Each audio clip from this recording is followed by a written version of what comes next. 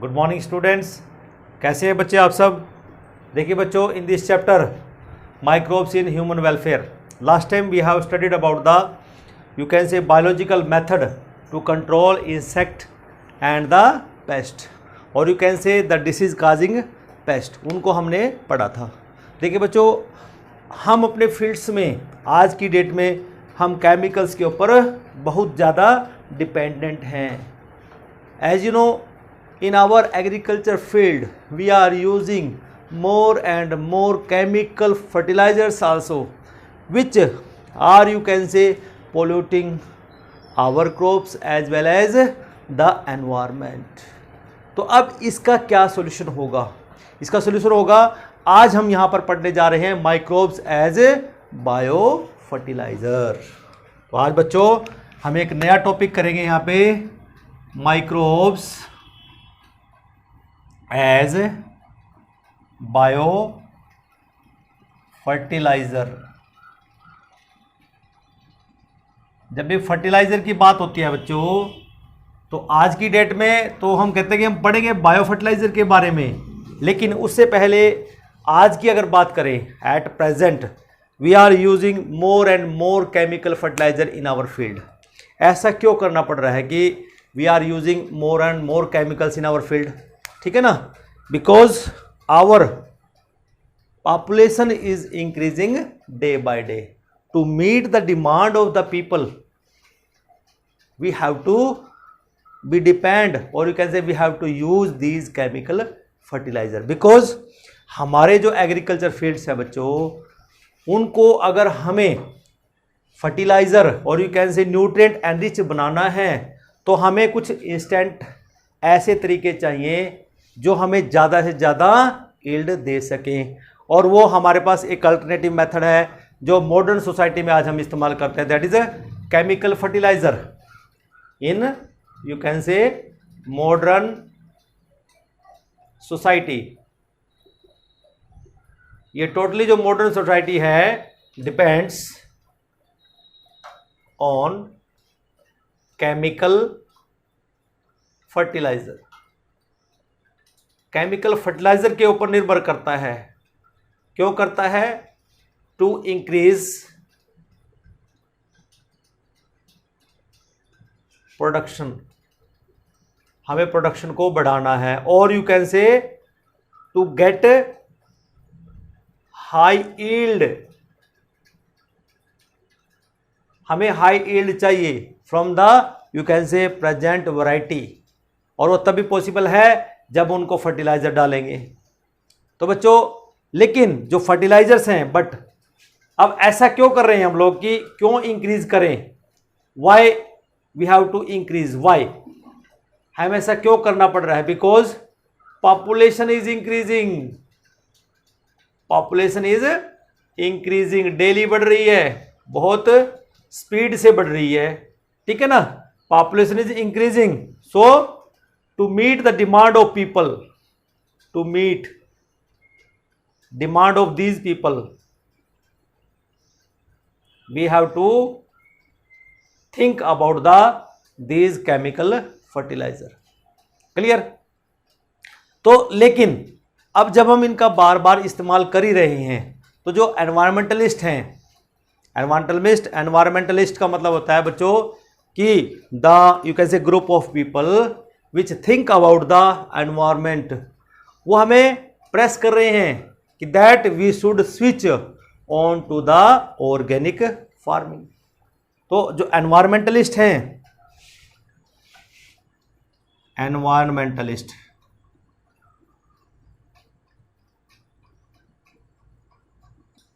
They think about the you can say bad impact of this chemical fertiliser. तो bad impact क्या है?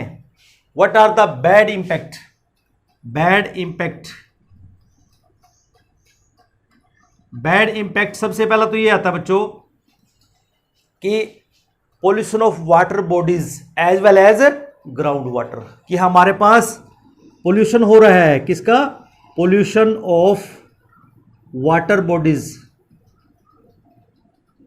As well as ground water. ये सबसे major problem हो रही है जो एनवायरमेंट में। क्यों? केमिकल है, नॉन बायोडिग्रेडेबल है, जैसा हमने डाल दिया है वैसा ही रहेगा। देन क्या करना चाहिए? और दूसरा एक और भी है, ये तो एक हो गया। दूसरा, these chemical stored in crops also. क्यों? क्रॉप्स भी तो ले रही है इनको, तो उनके अंदर ये स्टोर होता जा रहा है, क्रॉपी प्लांट्स के अंदर। तो ये मेजर रीजन है।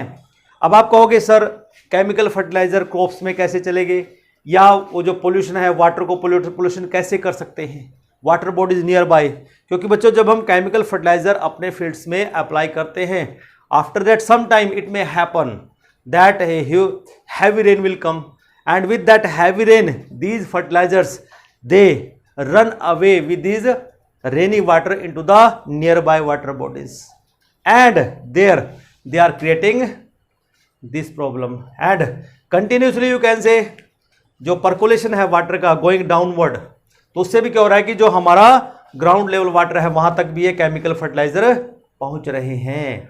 सो दैट्स वाई ये एक जो एनवायरमेंटलिस्ट है, ये एक जो ग्रुप ऑफ पीपल है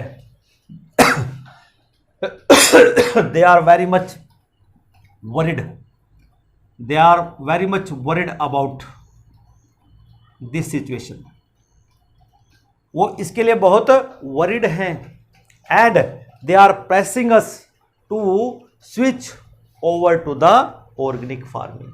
तो ये एनवायरमेंटलिस्ट क्या कहते हैं कि अगर हम कंटिन्यूसली ऐसे केमिकल फर्टिलाइजर का इस्तेमाल करते रहेंगे, it may create a big problem, so we should switch on, और you can say switch over to the organic farming to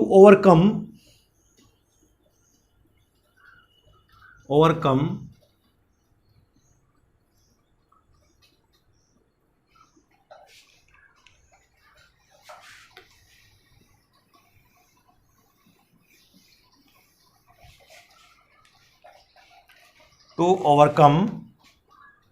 environment pollution. These environmentalists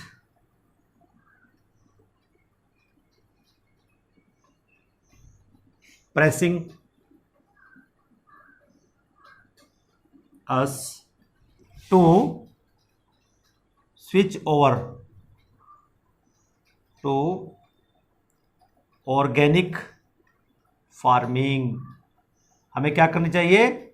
organic farming के ऊपर आना चाहिए। अब बच्चों बात आती है कि what is organic farming is, इसको भी जरा डिस्कस कर लेते हैं।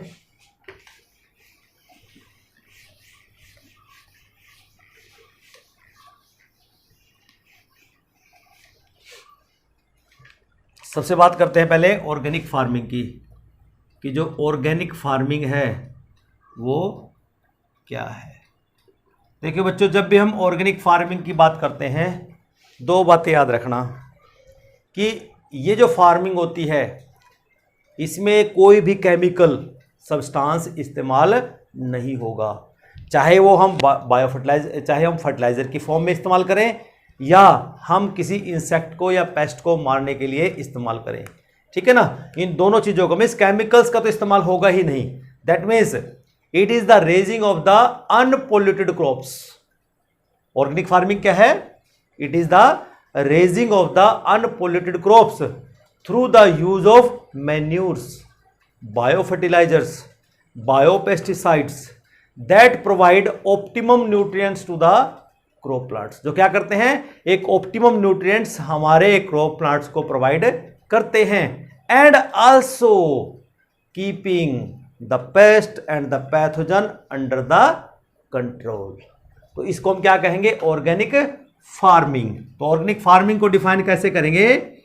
It is the, you can से क्या है? एक प्रोसेस है, और यू कैन से it is the, you can से raising of the unpolluted crops. It is the raising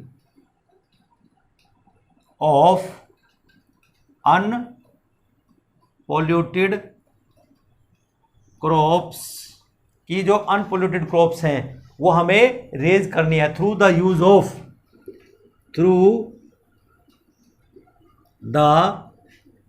use of manure का इस्तेमाल करके, बायो फर्टिलाइजर का इस्तेमाल करके, बायो पेस्टिसाइड का इस्तेमाल करके, by through the use of the manures, bio fertiliser, bio pesticides and provide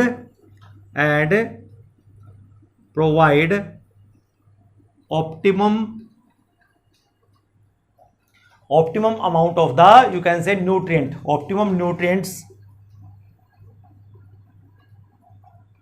to crop plants.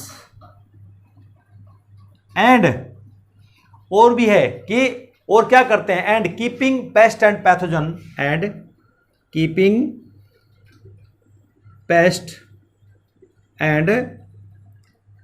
Pathogen, इनको मारना नहीं है, इनको हमें अंडर कंट्रोल रखना है, अंडर कंट्रोल। क्योंकि जो हमारा पिछला लेक्चर था उसमें हमने यही पढ़ा कि जो ऑर्गेनिक फार्मर है वो ये नहीं सोचता कि he has to kill these pest and pathogen, he always think about that कि इन व्हाट वे, क्योंकि कॉम्प्लेक्स सिस्टम है कि पेस्ट एंड पैथोजन का जो नंबर है can be reduced and under, you can say, manageable, or you can say at check and balances within the ecosystem, उनको कैसे रखें। क्योंकि अगर ये किल हो गए तो इनके ऊपर जो डिपेंडेंट ऑर्गेनिज्म है फॉर द फूड, यानी कि इनके ऊपर जो प्रेडेटर रहेगा या जो पैरासाइट रहेगा, हम मार तो पैथोजन पेस्ट को रहे हैं, लेकिन वो जो प्रेडेटर हैं या जो पैरासाइट्स हैं which depends on these pathogen, they can be automatically get killed. So इसलिए जो ऑर्गेनिक फार्मर्स हैं वो इनको कंट्रोल में रखेंगे, ना कि इनको किल करेंगे। ठीक है बच्चों, तो आज हमारा जो मेन टॉपिक है दैट इज बायो फर्टिलाइजर की हम आज बात करेंगे यहाँ पे। तो वो बायो फर्टिलाइजर क्या है? एक्चुअल में बायो फर्टिलाइजर कोई ऐसा सब्सटेंस नहीं है, these are the micro organism. क्या है बच्चों?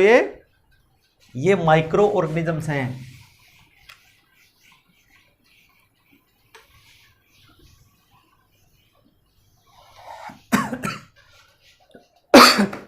बायो फर्टिलाइजर क्या है? These are the micro organism, bio fertilisers क्या है? These are the micro organism, these are the micro organism. Micro, छोटे छोटे माइक्रो जिसकी हम बात करें माइक्रोब्स की, वही हैं which are you can say bring about nutrient, which bring about nutrient, कि जो क्या करते हैं? न्यूट्रिएंट की अवेलेबिलिटी करते हैं। ठीक है ना, न्यूट्रिएंट को एनरिच करते हैं सोइल में। ठीक है ना, nutrient enrichment into the soil, soil के अंदर एनरिचमेंट करते हैं bye enhancing nutrient, bye enhancing nutrients. कौन से न्यूट्रिएंट्स हैं? मेन हम नाइट्रोजन की बात करते हैं बच्चों, हम फास्फोरस की बात करते हैं, ठीक है ना, हम पोटेशियम की बात करते हैं। ये तीन ऐसे मैक्रोन्यूट्रिएंट्स हैं which are required by the plants in large quantity. फिर बात आती है कि ऐसे वो कौन से माइक्रो ऑर्गेनिज्म हैं which can act as a bio fertiliser. वो कौन कौन से हैं? The micro organism, the micro organism which act as biofertilizer are हमारे पास हम उनकी 3 कैटेगरी माइक्रोब्स की यहाँ पढ़ते हैं। पहला है हमारे पास यहाँ हम बैक्टीरिया को इस्तेमाल करते हैं कि कुछ बैक्टीरियाज हैं विच कैन यू कैन से make availability of these nutrients into the soil. दूसरा है हमारे पास साइनोबैक्टीरिया। साइनोबैक्टीरिया का दूसरा नाम होता है ब्लू ग्रीन एल्गी। ये भी क्या करते हैं, they can also enrich the soil with nutrients. और लास्ट में बच्चों हम तीसरा स्टेप यहां पर पढ़ेंगे माइकोरहिजा। क्या पढ़ेंगे, माइकोरहिजा।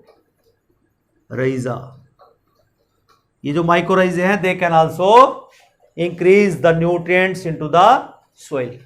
तो सबसे पहले बच्चों हम स्टार्ट करते हैं बैक्टीरिया एंड साइनोबैक्टीरिया से, ठीक है ना।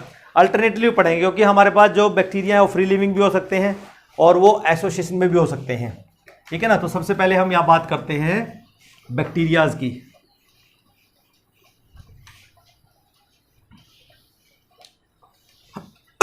जय श्री राम। सॉरी बच्चों। तो हम बात करें पहले bacteria as a biofertiliser. Bacteria as bio fertiliser कैसे करते हैं। देखिए बच्चों, हमें पता है कि इसमें ये फ्री लिविंग भी होंगे और ये एसोसिएशन में भी होंगे, ठीक है ना। तो सबसे पहले हम यहां देख लें free living nitrogen fixing bacteria. Free living N2 fixing bacteria.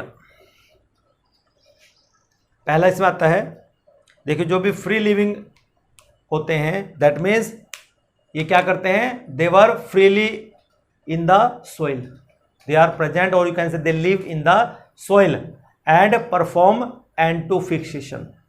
क्या करते हैं, they live free in soil and do fixation of N2 into the soil। क्या करेंगे, ये जो नाइट्रोजन है ये N2 है इसको फिक्स करेंगे। इसका मतलब क्या होगा कि +1 का एक टॉपिक आपने पढ़ा था कि वहां पर कुछ ऐसे बैक्टीरियाज हैं which can convert the atmospheric nitrogen into the organic form. जैसे अमोनिया में कन्वर्ट कर देते हैं, ठीक है ना, या नाइट्रेट में कन्वर्ट कर देते हैं, नाइट्राइट में कन्वर्ट कर देते हैं, क्योंकि plants they can not use this N2 और डायरेक्ट नाइट्रोजन को नहीं ले सकते, but they can be take nitrogen in the form of organic. Ammonia की फॉर्म में ऑब्जर्व कर सकते हैं, नाइट्राइट की फॉर्म में कर सकते हैं या नाइट्रेट की फॉर्म में कर सकते हैं। तो इनमें से हम ये देखते हैं कुछ आर सैप्रोफिटिक भी हैं। Some of them are saprophytic. Saprophytic समझते हो ना बच्चों, जो डेड एंड डिकेइंग के ऊपर निर्भर करते हैं, और यू कैन से सैप्रोफिटिक है and living on organic remains, and living on organic remains कि जो ऑर्गेनिक रिमेन्स है उनके ऊपर वो निर्भर करते हैं। एग्जाम्पल इसका कर लेते हैं, जैसे हमारे पास है एजोटोबैक्टर। एग्जाम्पल मैं आपको लिखवा देता हूं, एजोटोबैक्टर नाम सुना ही होगा आप लोगों ने, एजोटोबैक्टर। फिर दूसरा है हमारे पास bacillus polymyxa. Bacillus poly, small आएगा पी बेटे, पॉलीमिक्सा,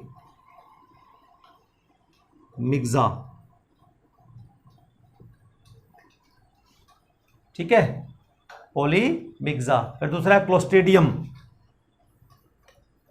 क्लोस्ट्रीडियम समझ आ रही है। फिर बिजरनिकिया,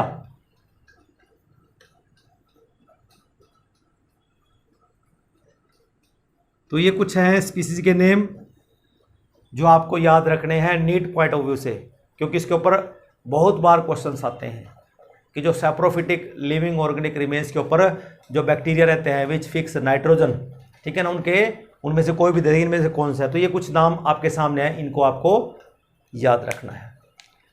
फिर इनमें से कुछ ऐसे होते हैं जो फोटोट्रोफिक हो सकते हैं, यानी कि फोटो ऑटोट्रोफ्स हो सकते हैं। Photo autotrophic bacteria, photo autotrophic bacteria कि इनमें से कुछ ऐसे हैं जो फोटो ऑटोट्रोफिक बैक्टीरिया है, लाइक रोडोसुडोमोनाज,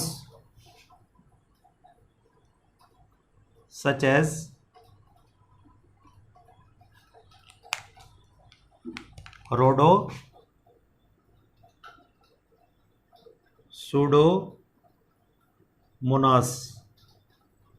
एक ये है, ये क्या है, ये फोटो ऑटोट्रोफिक है, दे कैन सिंथेसाइज और यू कैन से फोटोसिंथेसिस करते हैं। रोडोस्पिरिलम अगला एग्जांपल है, रोडोस्पिरिलम, ये भी एक अलग से हमारे पास है। फिर है क्रोमेटिडियम, क्रोमेटिडियम, याद रखने हैं बच्चों इनको अच्छी तरह से। Also have N2 fixing property, also have N2 fixing property कि इनके अंदर भी क्या है, N2 फिक्सिंग प्रॉपर्टी है, ठीक है ना। फिर अब आप कहोगे कि सर ये मिलेंगे कहाँ से, हम इनको लाए कहाँ से। एक्चुअली हम क्या करते हैं, inoculation of soil with these bacteria help in increasing the yield, कि हम इनोकुलेशन करेंगे। इनोकुलेशन का मतलब होता है स्टार्टर हमें रखना पड़ेगा, और स्टार्टर हमें ये मिल जाता है, इनोकुलेशन मार्केट में अवेलेबल है। ट्रेड नेम है एजोटोबैक्टीरिन, क्या है, एजोटोबैक्टीरिन की नाम से हमारे पास अवेलेबल है। इनोकुलेशन की फॉर्म में हम क्या करेंगे, मार्केट में जाएंगे, एजोटोबैक्टीरिन खरीदेंगे और फील्ड्स में उसको डाल देंगे। और फील्ड में जब डालेंगे तो बच्चों क्या होगा, वो अपनी प्रोसेस में लग जाएगा कि एजोटोबैक्टर क्या काम करता है, एटमॉस्फेरिक नाइट्रोजन को ऑर्गेनिक फॉर्म में कन्वर्ट करना स्टार्ट कर देगा। क्लियर। तो इसलिए यहां पर हमें देखेंगे इसका इनोकुलेशन करने के लिए हमें मार्केट जाना पड़ेगा और वहां से हमें ये मिल जाएंगे। So inoculation of soil, inoculation of soil कि हम इनोकुलेशन का मतलब हम स्टार्टर डालेंगे with these bacteria, with these bacteria कि हम इन बैक्टीरिया से अपनी सॉइल का क्या करेंगे, इनोकुलेशन, इनमें स्टार्टर का काम करने के लिए हमें बैक्टीरिया डालना पड़ेगा, ठीक है ना। Help in increasing yield, help in increasing yield किससे होगा, ये हमारी यील्ड को इंक्रीज करने में हेल्प करता है। And saving N2 fertiliser, and saving nitrogen fertiliser,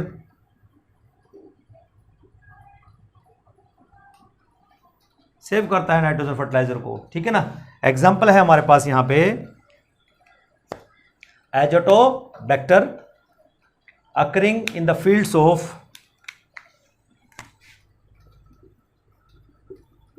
Azotobacter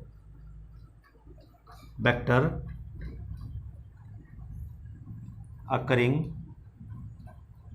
in the fields of कि हमारे पास कुछ स्पेशल फसलें हैं जहां पर एजोटोबैक्टर हमें मिलता है, जैसे कॉटन है, मेज है, कॉटन है, मेज है, ज्वार है, ये कुछ ऐसी क्रॉप्स है जहां पर एजोटोबैक्टर मिलता है। इसी तरह राइस है हमारे पास, ठीक है ना। तो अब बात करते हैं कि हम एजोटोबैक्टर लेने कहे जाए तो inoculation is available, so inoculation is available in market, कि मार्केट के अंदर इनोकुलेशन अवेलेबल है किस फॉर्म में? एजोटो बैक्टीरियन नाम से।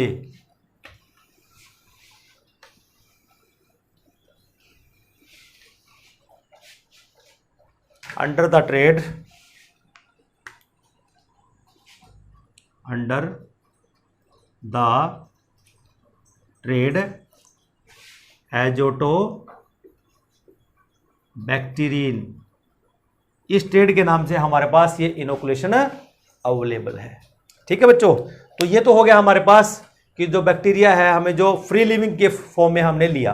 अब बात करते हैं जरा free living N two fixing cyanobacteria की।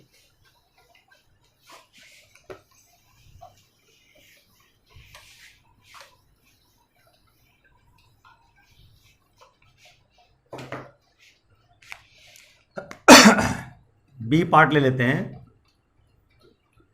Free living N two fixing cyanobacteria कि अब इसकी बात कर लेते हैं साइनोबैक्टीरिया, क्योंकि वो भी फ्री लिविंग हमें मिलते हैं। ठीक है ना। A number of free living cyanobacteria have property of N two fixation. First point, a number of free living and to free living cyanobacteria, और साइनोबैक्टीरिया को हम दूसरा नाम क्या कहते हैं बच्चों? इसको हम बोलते हैं cyanobacteria blue green algae, blue green algae भी हम इसको कह देते हैं। तो हम बात करें number of free living cyanobacteria have N two fixing property, कि इनके अंदर नाइट्रोजन को फिक्स करने की प्रॉपर्टी पाई जाती है, दैट इज अवेलेबल। तो हमारे पास कुछ एग्जांपल्स हैं जो हम यहाँ पर स्टडी करेंगे, एंड दोज एग्जांपल्स आर कि वो कौन कौन से साइनोबैक्टीरिया हैं। जैसे एनाबिना नोस्टोक, एनाबेना नोस्टोक, नाम तो सुना है बच्चों इनका हमने। एनाबिना है, नोस्टोक है, ओलोसीरा है, AULOसीरा, इनको अंडरलाइन जरूर करना है बिकॉज ये क्या है, हम जीनस हैं, स्पीसीज नहीं है, जीनस हम। फिर है टोटीपोथरिक्स,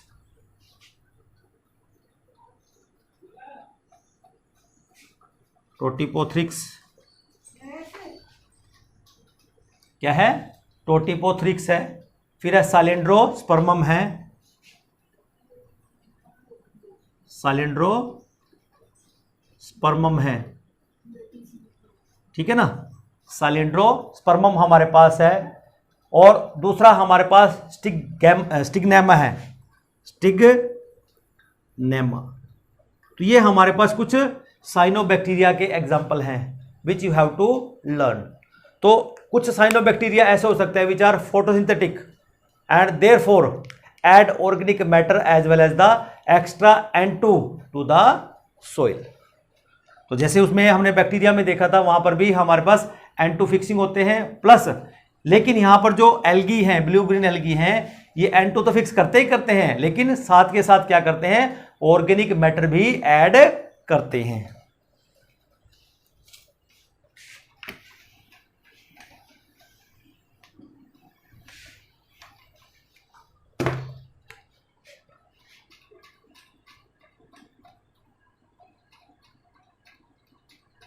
फोटो ऑटोट्रॉफिक साइनोबैक्टीरिया,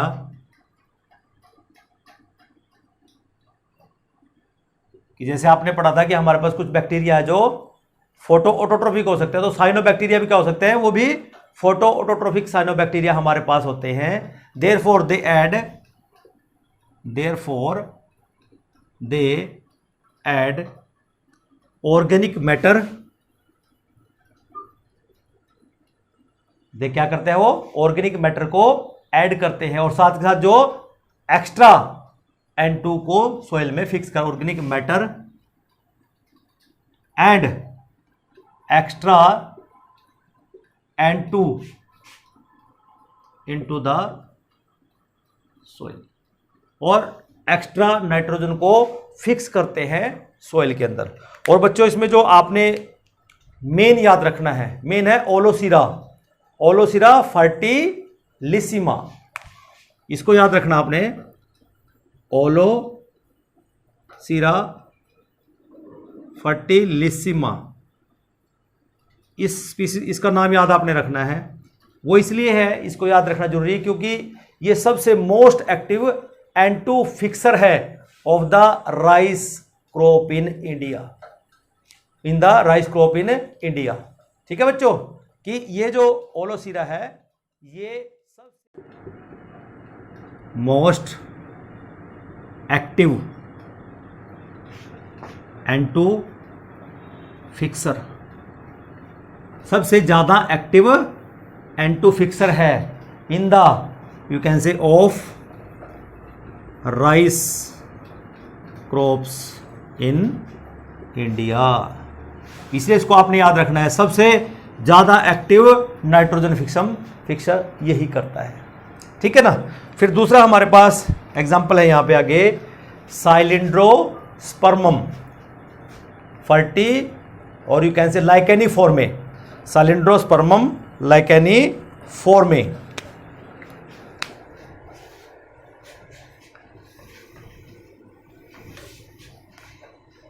दूसरा एग्जांपल देखते हैं बच्चों, साइलिंड्रोस्पर्मम लाइकेनिफोर्मे, स्मॉल आएगा, लाइकेनिफोर्मे, इसको याद रखना है। क्यों? ये शुगर केन के अंदर और यू कैन से मेज फील्ड्स के अंदर सबसे ज्यादा grows in sugar cane and maize crops, जो कुकड़ी आप खाते हो ना, तो उनके अंदर ये ज्यादा ग्रो करता है। तो these are low cost fertiliser, हम ओवरऑल में कह सकते हैं these are low cost fertilisers, ये लो कॉस्ट फर्टिलाइजर है। ठीक है बच्चों, ये तो था कि हमारे पास जो हम बैक्टीरिया ले रहे हैं हम, और जो साइनो बैक्टीरिया ले रहे हैं, फ्री लिविंग जो बैक्टीरिया या जो साइनो बैक्टीरिया है, इसमें हमने इतना ही करना है। उसके बाद हमारे पास नेक्स्ट आता है सिम्बायोटिक एंटू फिक्सिंग बैक्टीरिया।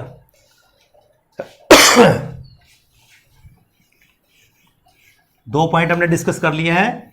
अब तीसरा पॉइंट हम डिस्कस करते हैं कि क्योंकि अब ये जो बैक्टीरिया या जो साइनो बैक्टीरिया हैं ये एसोसिएशन में भी हैं। ठीक है ना। तो हम यहाँ पे थर्ड पॉइंट डिस्कस करेंगे अब कि जो हमारे पास symbiotic एंटू fixing bacteria.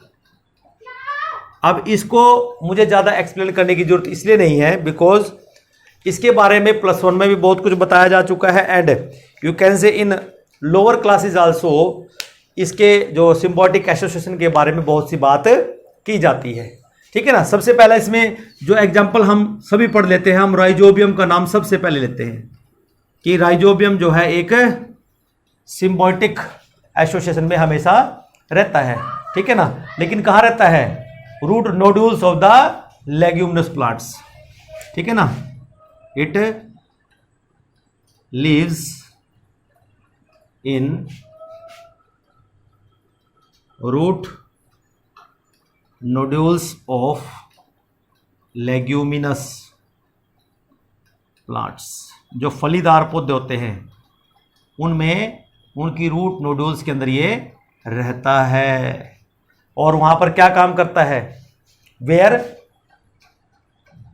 You can say where this bacteria fix, where this bacteria fix atmospheric nitrogen into organic form। Organic form में जैसे हमने पढ़ा है कि ये अमोनिया में कन्वर्ट कर देता है, अमोनिया NH3 में कन्वर्ट कर देता है। ठीक है ना। दूसरा एग्जांपल हमारे पास हम लेते हैं फ्रैंकिया, फ्रैंकिया हमारे पास एग्जाम्पल है इसका बहुत बढ़िया। अब जो फ्रैंकिया है, फ्रैंकिया क्या है, ये हमारे पास जो नॉन लेग्यूमिनस प्लांट होते हैं, क्योंकि यहां पर जो राइजोबियम है it leaves in the leguminous plant, लेकिन जो फ्रैंकिया है it leaves in non leguminous plant, इसमें ये रहता है। अब जो नॉन लेग्यूमिनस प्लांट है, लाइक हमारे पास कैजुरीना है, लाइक कैजुअरीना, ठीक है बच्चों, कैजुअरीना है, एलनस है, ठीक है बच्चों, और रूबस है, रूबस, RUBUS। तो ये एक फ्रैंकिया ऐसा माइक्रोब्स है जो कि नॉन लेग्यूमिनस प्लांट्स होते हैं, जो उनके रूट नोड्यूल्स में ये रहना पसंद करता है, और वहाँ पर ये क्या काम कर रहा है, ये जो एटमॉस्फेरिक नाइट्रोजन है उनको ये फिक्स करता है, ठीक है बच्चों। नेक्स्ट हमारे पास आता है कि जो कुछ ऐसे भी बैक्टीरिया हैं जो लीव्स होते हैं ना, लीव्स में कुछ कैविटीज बना लेते हैं, उन कैविटीज में वो रहते हैं। तो देख लीजिए जरा,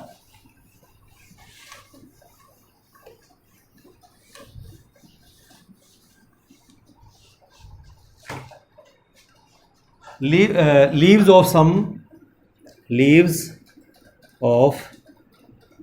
some you can say जो plants हैं like एरिडिसा, some plants like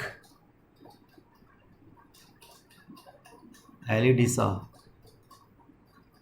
ये प्लांट का नाम है बच्चों एलिडिसिया, नोट्स डिसिया, आई भी आएगा, एलिडिसिया। ये एक ऐसा प्लांट है जिसकी लीव्स के अंदर जो है इंटरनल कैविटीज डेवलप हो जाती हैं, जो एक स्पेस देता है नाइट्रोजन फिक्सिंग बैक्टीरिया को, ठीक है ना। एलिडिसिया डेवलप ए इंटरनल कैविटी, कि इसके अंदर एक इंटरनल कैविटी डेवलप कर लेता है for providing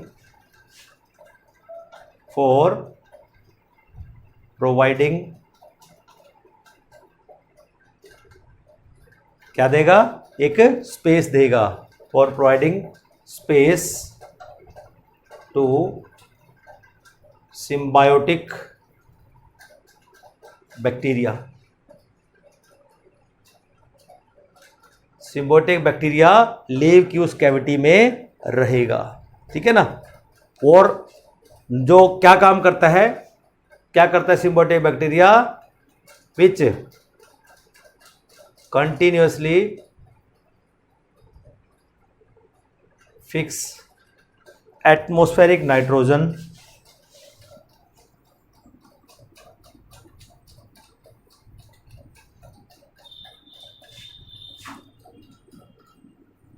to the plants, जो कंटिन्यूसली एटमॉस्फेरिक नाइट्रोजन को प्लांट्स को प्रोवाइड करता रहेगा।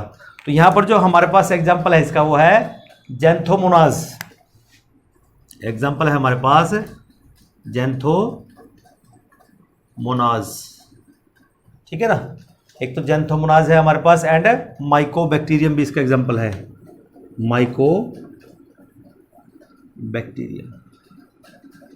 तो इस तरह से बच्चों आपने देखा कि किस तरह से हमारे पास जो सिम्बायोटिक बैक्टीरिया हैं they help in you can से fixing the atmospheric nitrogen, and you can say they converting this nitrogen into usable form to the plants, ठीक है ना। नेक्स्ट अब हम करेंगे कि हमारे पास कुछ सिम्बायोटिक एंटो फिक्सिंग साइनोबैक्टीरिया भी हैं, ठीक है ना। उन साइनोबैक्टीरिया को और देख लेते हैं। नेक्स्ट आता है हमारे पास फोर्थ पॉइंट, हम यहाँ पे डिस्कस करेंगे अब symbiotic N two fixing cyanobacteria.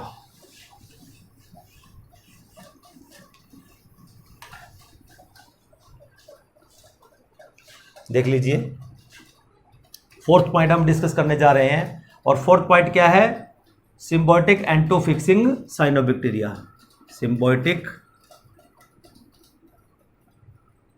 एंटो fixing cyanobacteria. Bacteria, या आप इसको कह सकते हैं ब्लू ग्रीन एल्गी। क्या कहते हैं इसको? ब्लू ग्रीन एल्गी हम इसको कहते हैं। जो देखिए हमें पता है कि जो एंटी फिक्सिंग जो साइनोबैक्टीरिया है form symbiotic relationship with the several plants, ठीक है ना। अब वो सेवरल प्लांट्स कौन से हैं? जैसे साइकेड रूट्स हैं, लाइकन्स हैं, लिवरवर्ट्स हैं, एजोला है। आप लिख सकते हैं N two fixing cyanobacteria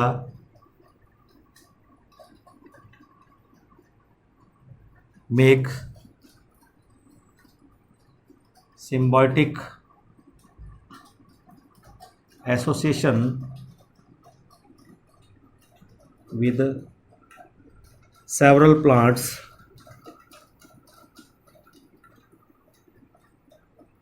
like,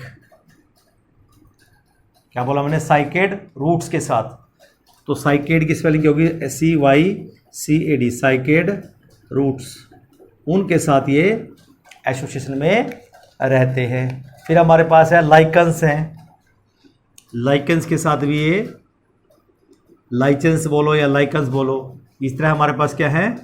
liver words हैं, ठीक है ना। इनके साथ भी क्या रहते हैं? एसोसिएशन में रहते हैं। इस तरह हमारे पास एजोला है, AZOLLA, एजोला। इसके साथ जो एजोला क्या है? ये एक फर्न है। क्या है ये? फर्न है, FERN, ये एक फर्न है, ठीक है ना। एंड आउट ऑफ दिस, इन सब में से अगर हम बात करते हैं, जो एजोला है और जो एनाबिना है, association of is great importance to the agriculture. Out of this Azolla, Anabaena association is of great importance। Question यहीं पे बन जाता है कि why it is so much importance to the agriculture, कि एग्रीकल्चर के लिए ये जो एसोसिएशन है एजोला एनाबिना है, why it is so much of importance। क्यों? क्योंकि ये क्या काम करते हैं? They increase soil fertility, soil fertility को इंक्रीज करते हैं बाय एडिंग ऑर्गेनिक मैटर। क्या करते हैं? Organic matter to the soil by fixing nitrogen. As they add organic matter to the soil and fix nitrogen, or you can say fix atmospheric nitrogen, and make the soil, you can say, more fertile, and make the soil more fertile। तो ये बच्चे आपको बातें याद रखनी है यहाँ पे, ठीक है ना। तो ये तो हमने किया अब तक कि जो बैक्टीरिया या जो साइनोबैक्टीरिया है, in what way they are more useful as a bio fertiliser. अब हमारे पास लास्ट यहाँ पर बचता है, और वो लास्ट हमारे पास क्या है? लास्ट हम देखते हैं बच्चों, यहाँ पर देखिए, लास्ट हम करते हैं अब फंगाई एज बायो फर्टिलाइजर। जो लास्ट हमारा आज का टॉपिक रहेगा कि जो फंगस हैं they can also act as a bio fertiliser, वो भी एक बायो फर्टिलाइज़र की तरह हमारे फील्ड्स में हम यूज़ कर सकते हैं। तो सबसे पहले देखिए अब फंगाई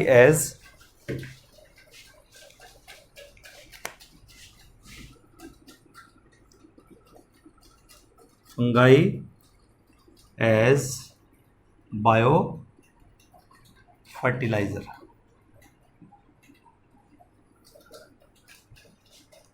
अब देखिए बच्चों कि जो फंगस है ये एक सिम्बायोटिक एसोसिएशन में रहता है। सभी जानते हैं कि जो फंगस है, फंगाई का और एल्गी का एसोसिएशन हो जाता है।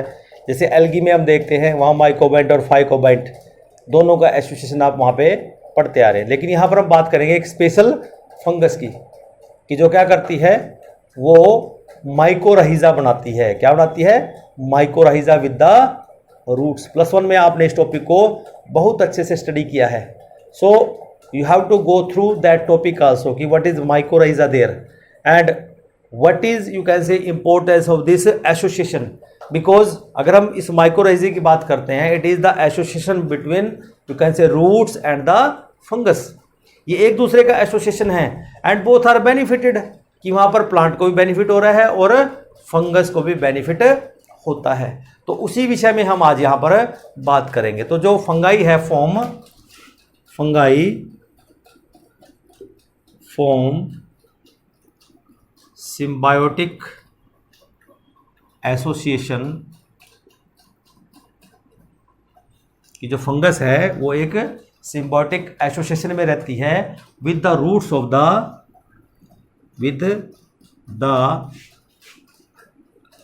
Roots of the higher plants, कि जो हायर प्लांट्स हैं उनकी रूट्स के साथ एसोसिएशन में रहते हैं, हायर प्लांट्स की। एंड इनको हम क्या कहते हैं? एंड कॉल्ड, इस एसोसिएशन को एक नाम देते हैं जिसको हम बोलते हैं माइकोरहिजा। क्या बोलेंगे इसको? माइकोरहिजा। अगर ऐसी फंगस का नाम लिया जाए तो फंगस एग्जांपल इसका ग्लोमस, GLOMUS, ग्लोमस इसका बहुत ही बढ़िया एग्जांपल है हमारे पास, GLOMUS। And depending on the residence of the fungus, कि अब हम कहते हैं कि जो फंगस है वो दो तरीके से रिजाइड कर सकती है रूट के साथ। एक तो क्या होगा कि वो आउटसाइड रह सकती है और एक इनसाइड रह सकती है। तो अब यहाँ पर दो तरह का माइकोरहिजा हम स्टडी करेंगे, ठीक है ना। एक हो जाएगा एक्टो माइकोरहिजा और एक हो जाएगा एंडो माइकोरहिजा, ठीक है बच्चों। डिपेंडिंग अपॉन द रेजिडेंस का मतलब उसकी जो लोकेशन है of fungus, mycorrhiza is of 2 types. तो ये 2 टाइप का हो जाएगा बच्चों। जो पहला टाइप हम यहाँ पर स्टडी करेंगे उसको हम कहते हैं एक्टो माइकोरहिजा। इसका जो फर्स्ट टाइप है एक्टो माइकोरहिजा। एक्टोवर्ड से आपको पता लग जाता है कि एक्टो का मतलब होता है आउटसाइड, कि जब हम ये देखते हैं फंगस फॉर्म से यू कैन से मेंटल और you can say covering on the surface of the root. Means जो फंगस है, फंगस फॉर्म्स ए मेंटल और you can say cover over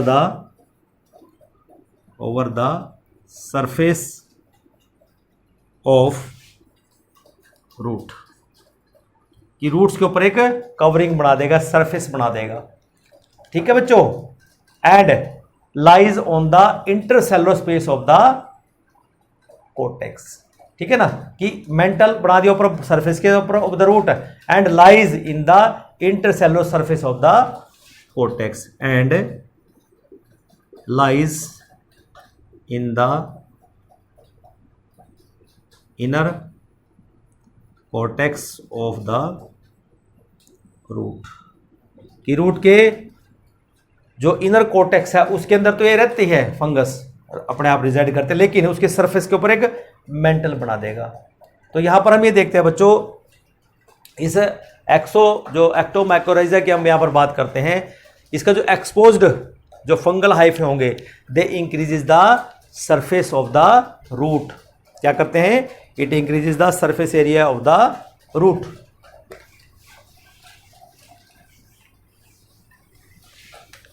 next point देखिए एक्टोमाइकोरहिजा में भी कि ये क्या काम करता है बच्चों, कि जो एक्सपोज्ड हाइफे हैं, exposed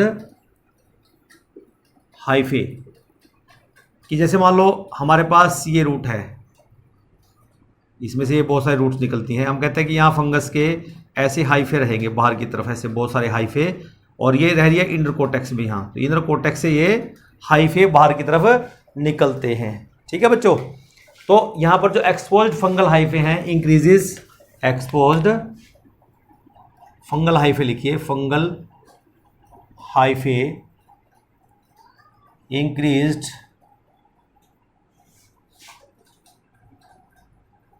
surface area of roots, क्योंकि बच्चों रूट्स का जितना ज़्यादा सरफेस एरिया होगा तो मिनरल्स और जो वाटर अब्जॉर्प्शन है वो अच्छे से होगा। Increase surface area of roots several times, कई गुना बढ़ा देते हैं, several time.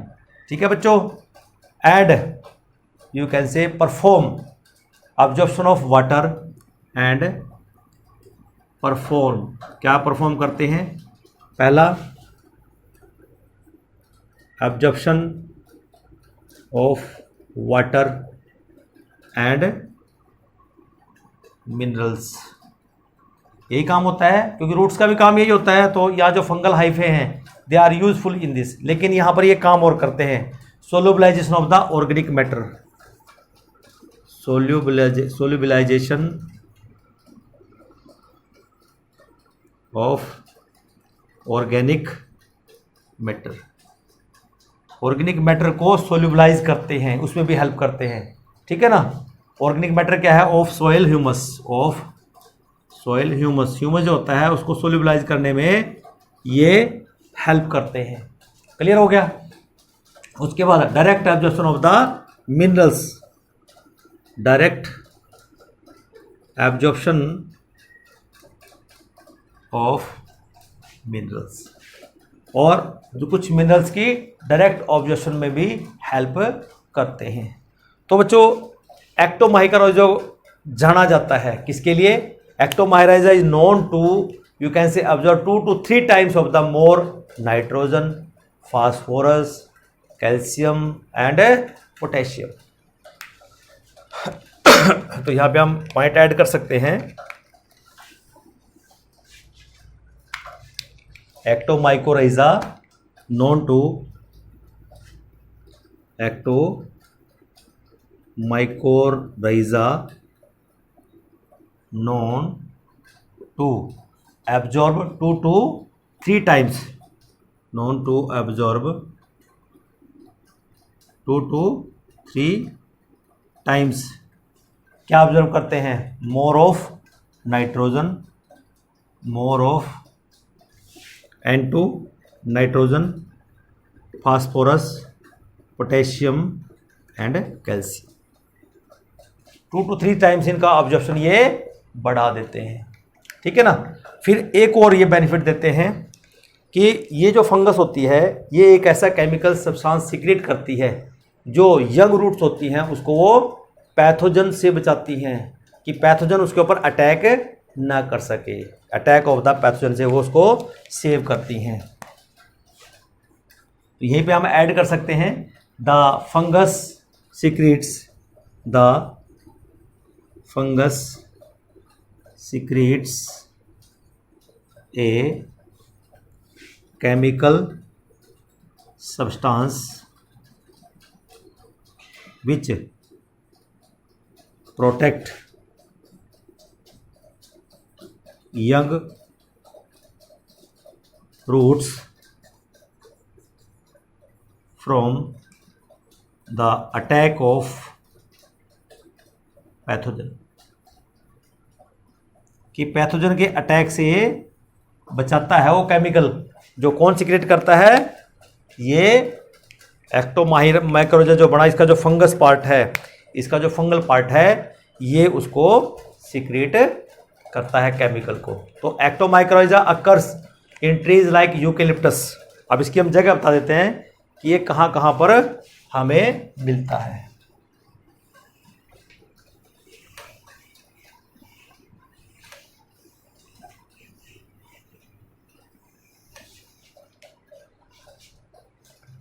एक्टोमाइकोराइजा mycorrhiza occurs in roots of plants like eucalyptus का नाम आपने सुना होगा, यूकेलिप्टस। यूकेलिप्टस का मतलब होता है बच्चों सफेदा, जिसको आप बोलते हैं, क्या बोलते हैं, सफेदा। यूकालिप्टस उसको लिखेंगे, यूकालिप्टस,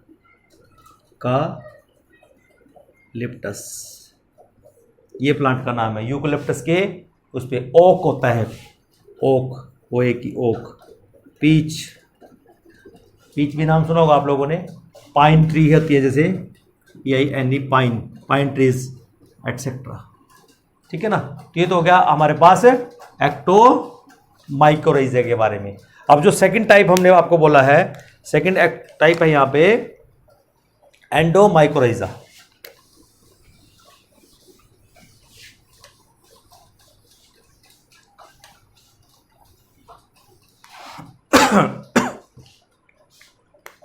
एंडोमाइकोराइजा दूसरा टाइप है इसका, माइकोराइजा का।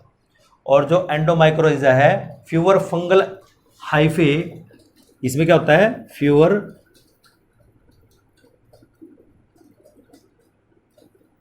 Fungal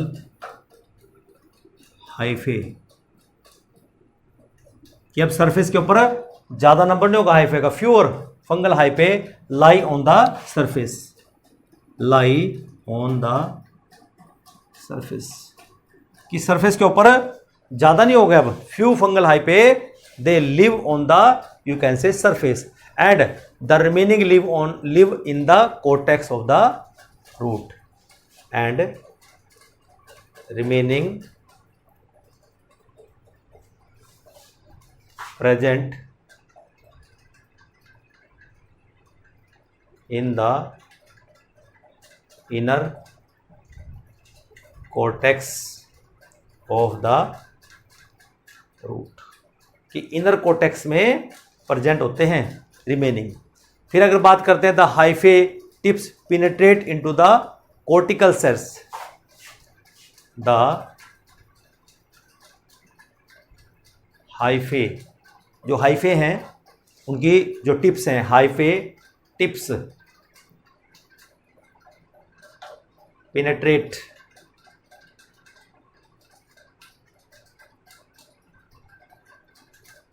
in the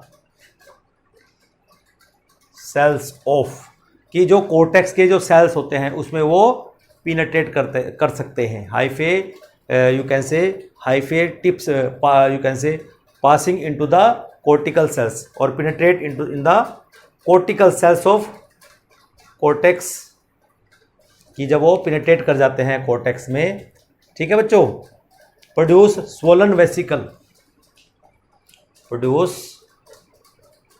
swollen vesicles, क्या प्रोड्यूस करती हैं, वेसिकल्स प्रोड्यूस करती हैं। और इन स्वोलन वेसिकल को एक नाम देते हैं जिनको हम कहते हैं कॉल्ड आर्बस्क्यूल्स, क्या बोलेंगे, कॉल्ड आर्बस्क्यूल्स। नाम याद रखना कि जब हमारे पास जो हाइफे हैं वो कोर्टेक्स के इनर सेल्स में घुस जाएंगे तो वहां पर वो स्वोलन वेसिकल प्रोड्यूस करते हैं, जिसको कहते हैं आर्बस्क्यूल के नाम से हम जानते हैं बच्चों। And therefore endomycorrhiza also called, and therefore endomycorrhiza also called, मतलब इसी के नाम से कि कोर्टेक्स के अंदर है, ठीक है ना, और वेसिकुलर भी है, तो इसको नाम दे देंगे अर्बस्कुलर माइकोरहिजा, या हम इसको पूरा नाम दे सकते हैं vesicular अर्बस्कुलर माइकोरहिजा, vascular अर्बस्कुलर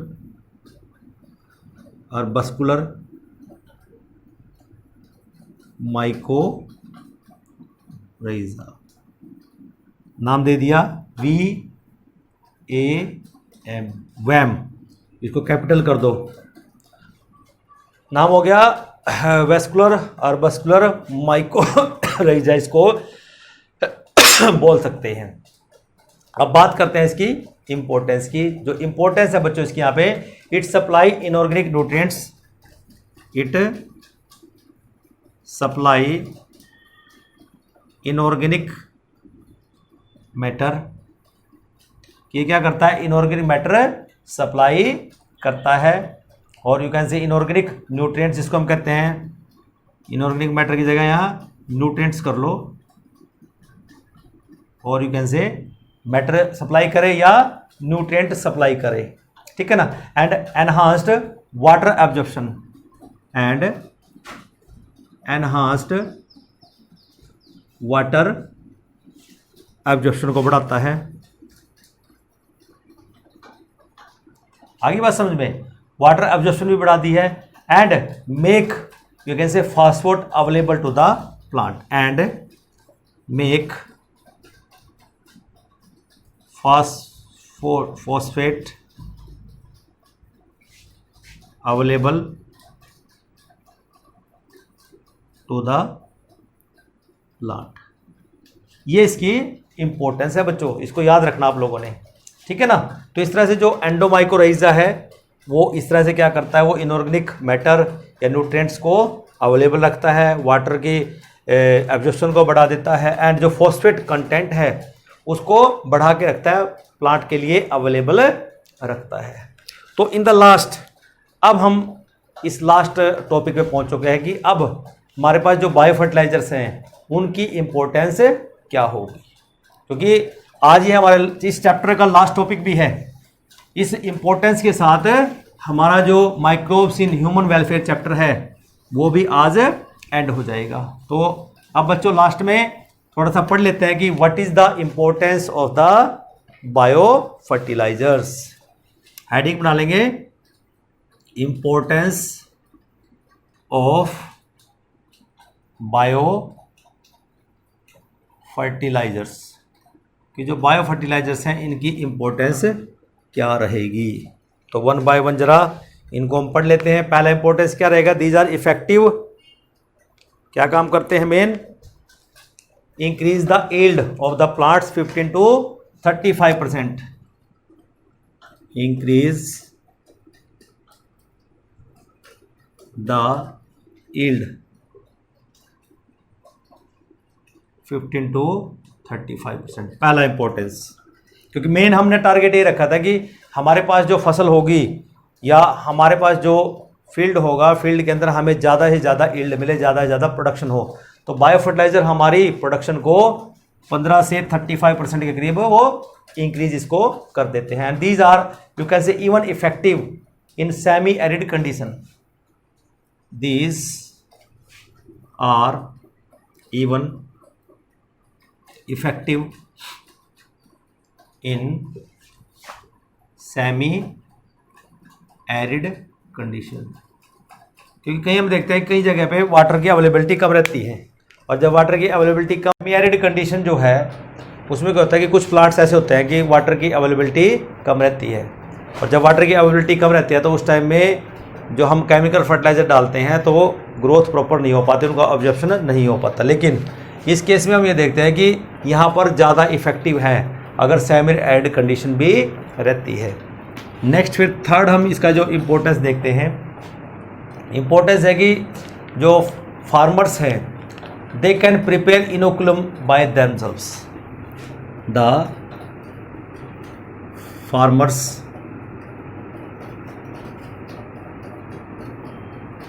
can prepare inoculum. Inoculum क्या होता है बच्चों, इनोकुलम होता है स्टार्टर, बाय देमसेल्व्स, वो खुद ही इसके लिए स्टार्टर तैयार कर सकते हैं, इनोकुलम तैयार वो कर सकते हैं, ठीक है। नेक्स्ट आता है कि जब हम इन बायो फर्टिलाइजर को सोइल के अंदर मिक्स करते हैं, क्यों ये ऑर्गेनिक मैटर भी ऐड कर रहे हैं, नाइट्रोजन तो दे ही रहे हैं, न्यूट्रिएंट्स तो दे ही रहे हैं, लेकिन साथ में ऑर्गेनिक मैटर भी ऐड करते हैं, तो इसका मतलब क्या हुआ कि सोइल का टेक्सचर को भी ये इम्प्रूव करते हैं, दे improve texture of the soil. कि सोयल के टेक्सचर को भी ये क्या करते हैं, इंप्रूव करते हैं। क्लियर। नेक्स्ट आता है bio fertilizer not allow, bio fertiliser